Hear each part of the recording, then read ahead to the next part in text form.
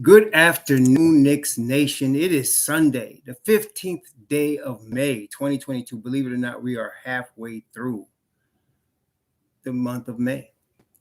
I hope you're all healthy and safe today. I hope you're enjoying your weekend and that you and your family's needs in terms of food, shelter, clothing, as well as health are being met today. Blessings upon those that work in the healthcare field and the first responders, even today, trying to save lives. And those who pick up garbage to keep streets and sidewalks and parks clean for us. And those that make deliveries, like today, for our convenience. Double blessings on the men and women trying every day to save, rescue, and help deliver the victims of child molestation and pedophilia, the victims of prostitution and child prostitution, of pornography and child pornography, human trafficking, sex slavery, and double curses on the perpetrators, the perverts, and the profiteers who are out here trafficking in this human misery. Finally, blessings upon those that are homeless even today, more than 500,000, nearly 600,000 men, women, and children without a roof over their head today, and millions around the world in similar or worse conditions. Blessings upon them, for theirs is the kingdom. Greetings to the chat, Brother Castle King, Tiffin Smith, Baskerville. Greetings to all of you and anyone who else would be joining us today. So I wanted to really just clarify a couple of things. I want to talk about the draft, but before I do, I want to clarify the big three. I said during the last video when I talked about the big three being played out, I mentioned LeBron and him and Bosh and Wade going to Miami. And several of you responded, that wasn't the first time it was the big three. No, it wasn't the first time, but really it was. And what do I say? Some of you think that the Golden State Warriors, for example, are a big three. That's not what I'm talking about. Why do I say that? Because the Golden State Warriors drafted Draymond Green. They drafted Stephen Curry, and they drafted Klay Thompson. And they developed them. That's the core of a team they drafted. That's what we want the Knicks to do. Anything else was pieces that came after the development of the players they drafted. Some of you mentioned Boston with Ray Allen, Kevin Garnett, and Paul Pierce. And again, I say no, because Boston drafted Paul Pierce and developed him. They drafted Rajon Rondo. Without Rondo, they don't win the championship in 2008. They drafted Big Perk. They drafted Tony Allen. Without those players, they do not win that championship in 2008. So no, that's not what we're talking about. When I'm talking about a big three, I'm talking about LeBron going on ESPN and saying, I'm taking my talents to South Beach, having already conspired with Dwayne Wade and Chris Bosh, having already conspired with Pat Riley so that they can set up the salaries so that they can get the minimum contracts around them. You understand? That's a big three. Like just happened with Brooklyn. Kyrie Irving conspired with Durant. And then they talked to Harden, who forced his way to the Nets. When you're talking about the big three, the way I'm talking about it, you're talking about three max players where all you can afford is ring chasers and minimum contracts. Again, somebody mentioned the Lakers with Karl Malone and Gary Payton. Those two guys were past their primes. They were ring chasers. Just like when Ray Allen or Shane Battier went to play at the Miami Heat. They were past their prime. They were chasing the ring. You understand? So that's what we're talking about when we're talking about a big three. We're not talking about players that were drafted by teams and developed by teams to create a championship team. We're talking about when players use their leverage or their free agency to conspire with other players. You can't prove. Yes, it sounds like collusion, and it is, but you know what? You can't prove it. Nobody can prove it was collusion. Like these guys play together, they hang out in the summer, and they can make these decisions without nobody knowing. But obviously, when LeBron, when he said, I'm taking my talents to South Beach, and then here's Wade and Bosh in a picture with an empty chair, like they know LeBron is coming. Here's Pat Riley trading away his team to clear cap space for those three guys. And then knowing that you're going to get a Mike Miller, you're going to get guys that are willing to come and play for the minimum because they could win a ring. That's a ring chaser. Y'all got the difference? You see? So when I say it's played out, it is played out. Durant and Irving just tried it. And a lot of people say, well, if they did this and if this happened, look, man, look, they paid over $100 million for 3 players and they got bounced out in the first round. Y'all caught that? Now, who's left in the playoffs now? Golden State Warriors, who drafted, again, their core. Okay? The Bucks, who drafted their core. Or you want to count Middleton. Middleton was on the scrap heap from Detroit when they got him. A G League player. Okay? Then you're talking about what? You're talking about you got Golden State. You got Boston. Boston, they drafted Tatum. They drafted Brown. They drafted Marcus Smart. Okay? These are players they drafted and brought into their system. They drafted Robert Williams III. That's what we want in Knicks Nation. You understand? That's what we want. We want to develop and draft a group of players that can become a big 3. You're following what I'm saying? Okay? That's what we're talking about. That's what we're talking about. Okay? Now you got Dallas. Now, Dallas drafted Luka, and they drafted Jalen Brunson, who's probably, now I'm raising the percentage, 90% he's staying in Dallas. So, y'all can stop lighting your candles about Jalen Brunson. That ain't coming. He ain't coming to New York. He's staying in Dallas. And don't let him win the seventh game of the series now. They win the 7th game, he's definitely staying in Dallas. Okay? And look, you were talking about Mitchell Robinson. Listen, what did I tell y'all? Some of y'all kept tripping. See, this is the thing about New York. The negative thing about Knicks Nation is we micro-analyze players. It's almost like we just need something to say. Okay? It's like, seriously, like Mitchell Robinson has been one of the top defenders in the NBA for the last 3 years. But some of y'all be like, oh, he needs to get an offensive game. We need a guy that can shoot threes.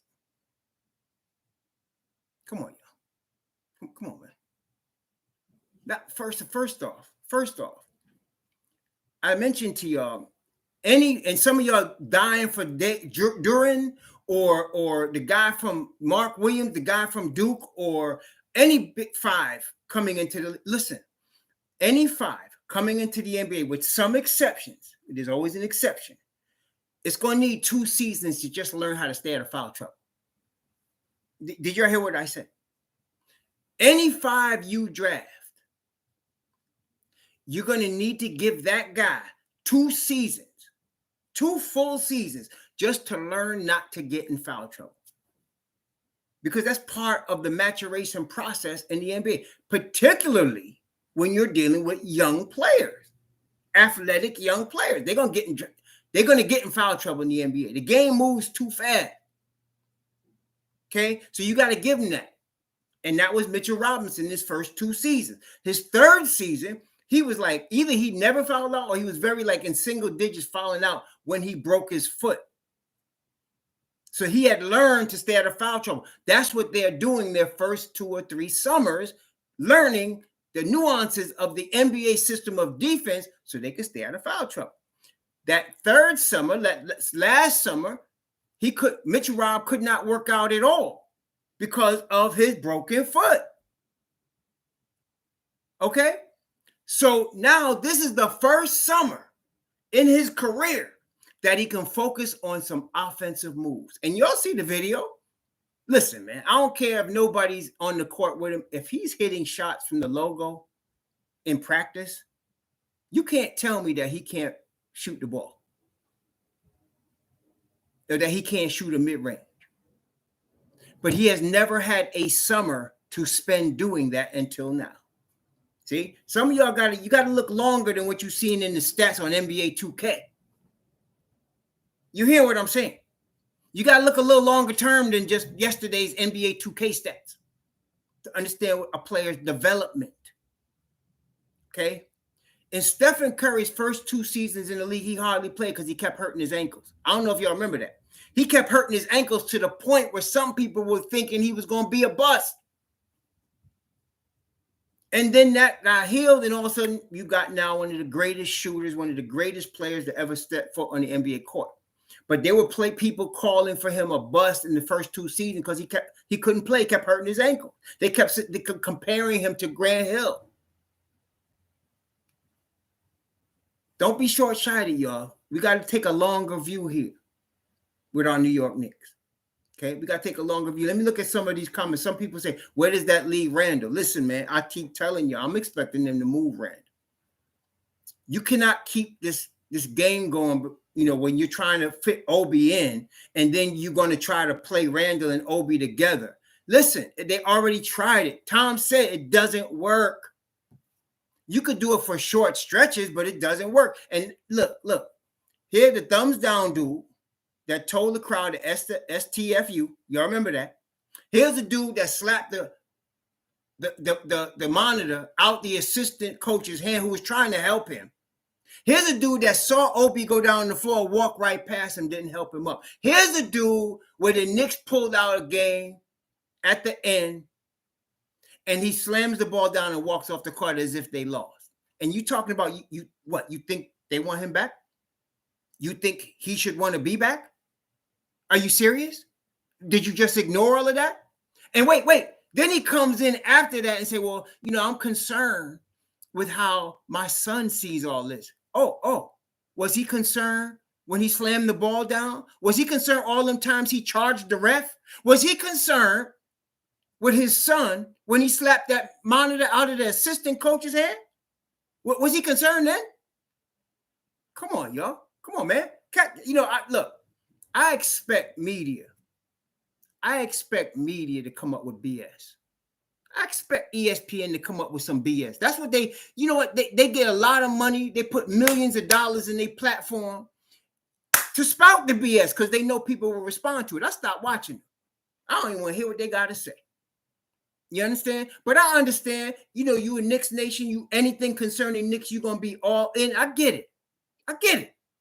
But please don't take their information as if it's gospel. Because you know what? Just because they're on that big platform and they got all them billions of dollars behind them, that don't mean they know what they're talking about when it comes to basketball.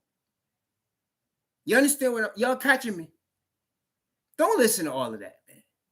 Look, y'all in Knicks Nation that's paying attention to the Knicks every day, you know better than ESPN. I'm not even lying to you. You know better than ESPN already. Especially y'all that's been around a minute. Now, some of y'all youngsters, got some things to learn, okay? I'm just saying. But don't listen to them fools, man. Or these guys that get these platforms to write stuff. And I'll be like, wait, some of them people like on The Athletic, right? I'll be like, wait, do they want us to pay to read this slop? You heard what I'm saying? Like, I would be quite upset if I actually paid to read some of the crap that they put out there. I'd be like, whoa, wait, they want you to pay for that? Nah. I ain't got it like that. You understand? So, listen, for the younger crowd, I respect y'all opinion. But what I would suggest is please pay attention to how great teams with long-term winning cultures are built. That's why I keep mentioning your Miami Heats, your San Antonio Spurs, your Boston Celtics. Long-term culture. Now, LA, that's a little different. They started the real rebuilding process when they drafted Lonzo Ball, Brandon Ingram. They had some squad now. They had Ball, Ingram. They drafted Randle. They drafted a few guys. They drafted Hart. They drafted Kuzma.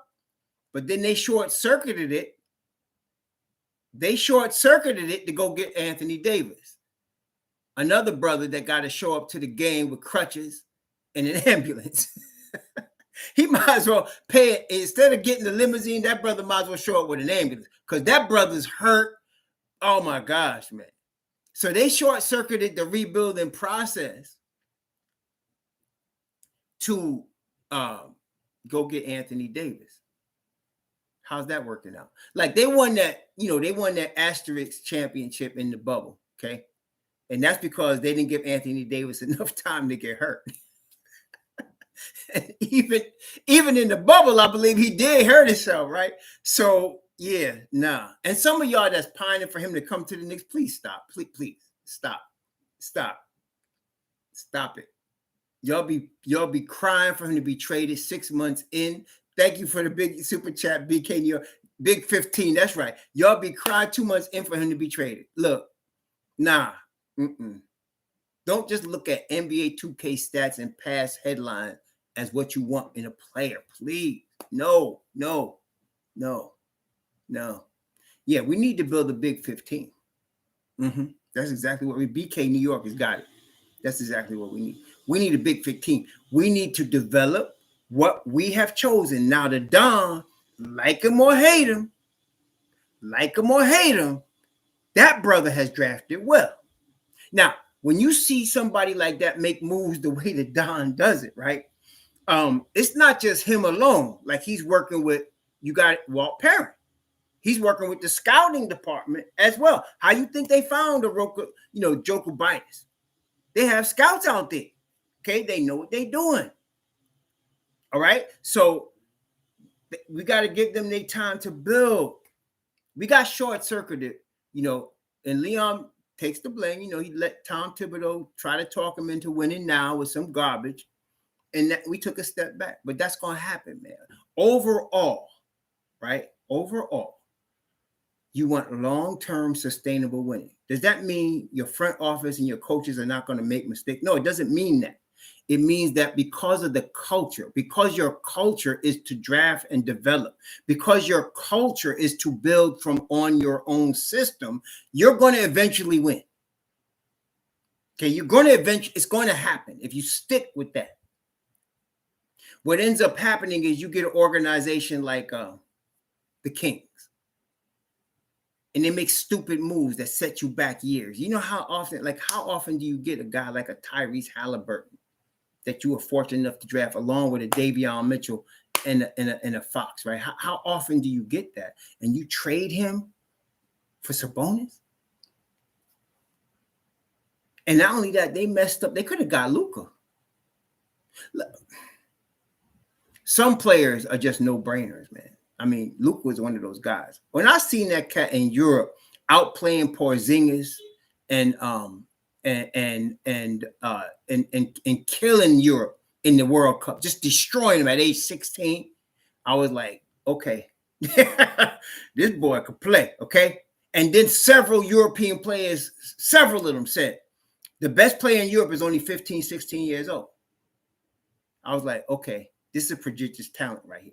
There's some maestros that just show up, you know what I mean? There's some maestros that show up, and you got to get that maestro.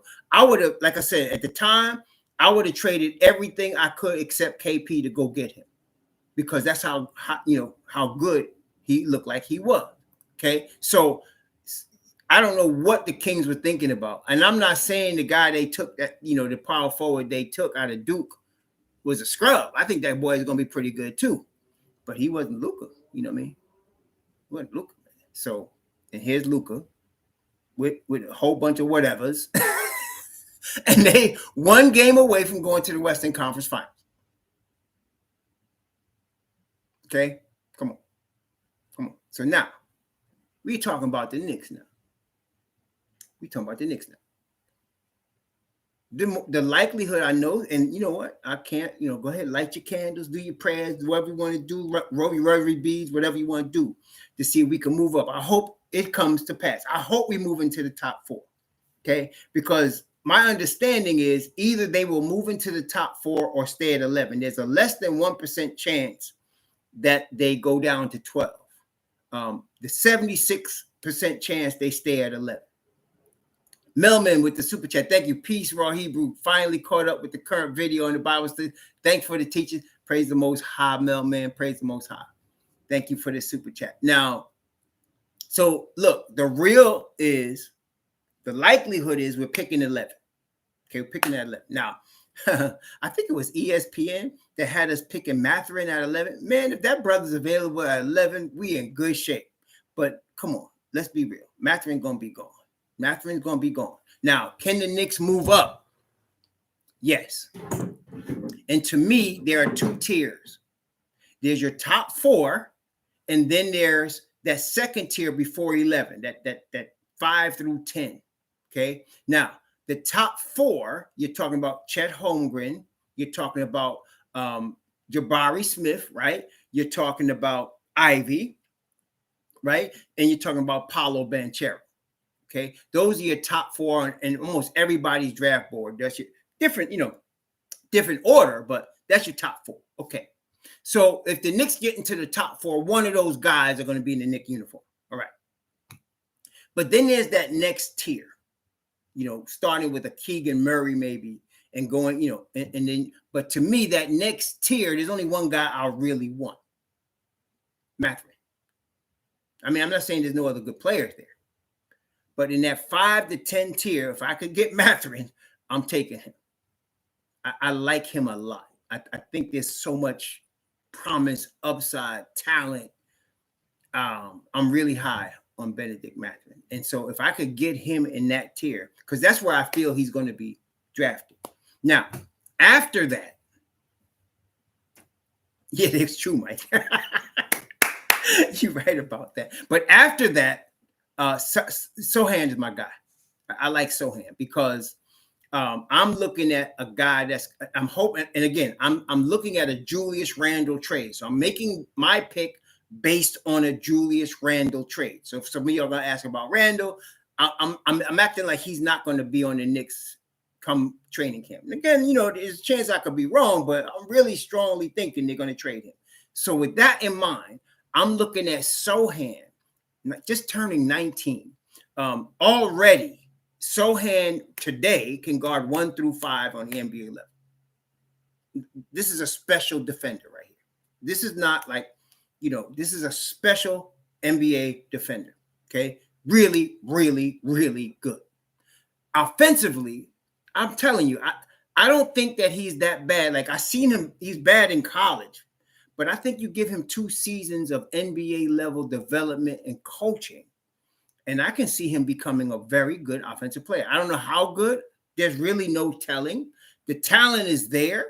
We got to see. But I'm looking at him as coming in behind Obi and just being that guy, that Scotty Barnes type guy. That Scotty Barnes type guy. Look at Scotty Barnes for Toronto. And some of y'all remember last year, some people kept asking me, who would you move up to take? There was one guy I would move up to get. It was Scotty Barnes. I wanted him. If the Knicks could have moved up and got Scotty Barnes, I would have taken it. I didn't think we needed to move up for Duarte. I love Duarte. Duarte was the first guy I looked at. Just like this year, Tari Eason was the first guy I looked at, and I still like Tari Eason.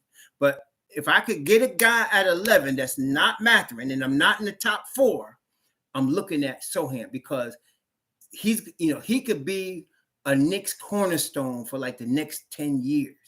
He could be, a championship piece. Speaking of championship pieces, speaking of playoff players, where's all my Frank Nitti haters? Frank is not an NBA player. He's going to be out of the league. Where y'all at? There's crickets out there. Frank Nitti, I think, I don't think CP3 wanted to see Frank Nitti. I don't think Devin Booker wanted to see Frank Nitti. Without scoring a point, this boy, he helped them win that game. Did y'all see that? I mean, where's all my Frank haters? Where's y'all at? It's kind of crickets out there. And what did I say about Frank? I told y'all he's a playoff piece. He's a playoff piece. Let me tell you something else that some of y'all don't catch right now. Mitchell Robinson is a playoff piece. I'm just telling you. You are going to want Mitchell Robinson when you're in the playoffs. He's one of those guys that will help you win playoff games. Just like Alec Burks is a playoff piece. He's not a starting point guard. And the only reason I want them to trade Alec Burks is because I know Tom Thibodeau don't catch the fact that he's not a point guard. And because of that,